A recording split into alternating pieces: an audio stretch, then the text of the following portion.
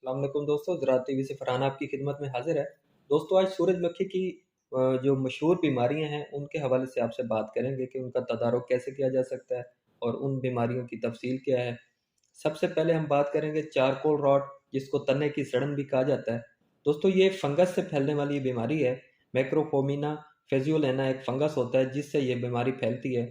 अमूमन ये पौधे के निचले हिस्से पे यानी कि ज़मीन के साथ जो हिस्सा अटैच होता है तना, उस पे इसके हमला ज़्यादा होता है और मुतासरा जो हिस्सा होता है उस पे काले रंग के धब्बे बनते हैं। धब्बे बनने के बाद आप देखेंगे कि तने का अंदरूनी और जो बैरूनी हिस्सा है दोनों कोयला की मानद जो है काले हो जाते हैं और अक्सर जब हवा चलती है तो वहाँ से ये टूट भी जाते हैं।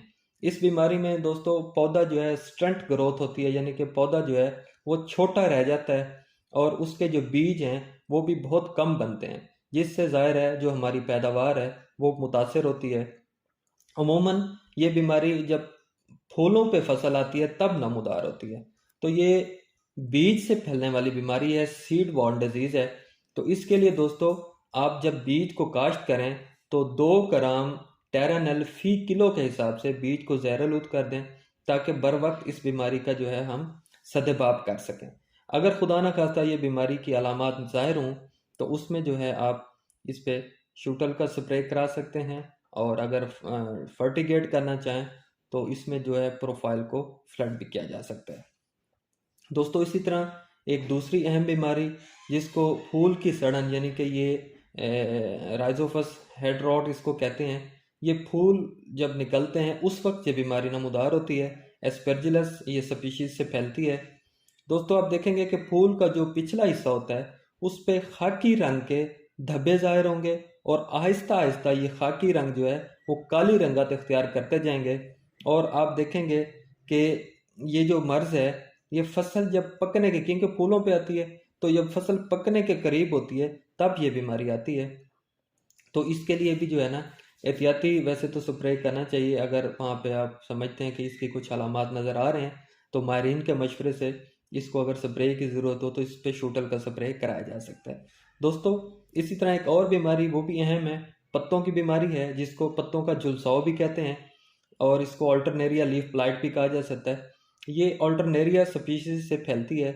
ये भी शुरू में जब आप देखेंगे कि गहरे खाकी और स्याह रंगत के छोटे छोटे जो धब्बे हैं वो नमूदार होंगे और शदीद जो हमला होता है तो उसमें क्या होता है कि ये पत्ते को अपनी लपेट में लेते हैं और पत्ता जो है वो गिरने लग जाता है। ज़ाहिर है आपको पता है कि जो जो लीफ है, जो पत्ता है, वो खुराक बनाने की फैक्ट्री होती है। फोटोसिंथेसिस या ज़ियाई तालीफ वहीं पे हो रही होती है। जब पत्ता गिर जाएगा तो पौधा खुराक बनाने का उसका जो अमल है वो बहुत ज़्यादा मुतासर होगा। उससे क्या होगा कि हमारी पैदावार वहाँ पे डिस्टर्ब होती है।